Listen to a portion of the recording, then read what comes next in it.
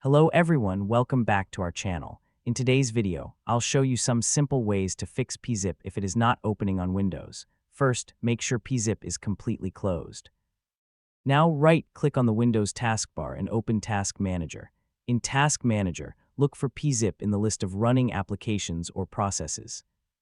If PeaZip is already running in the background, select it and click End Task.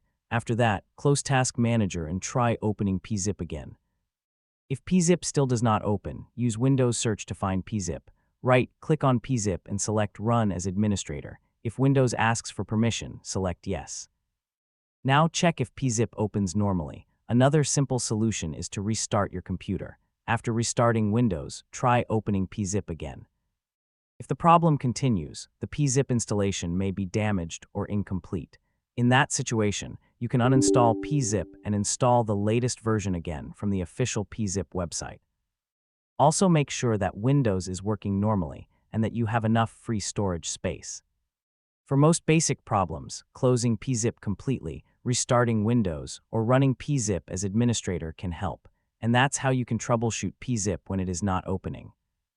Thanks for watching. If this tutorial was helpful, please like the video and subscribe to our channel for more easy tutorials.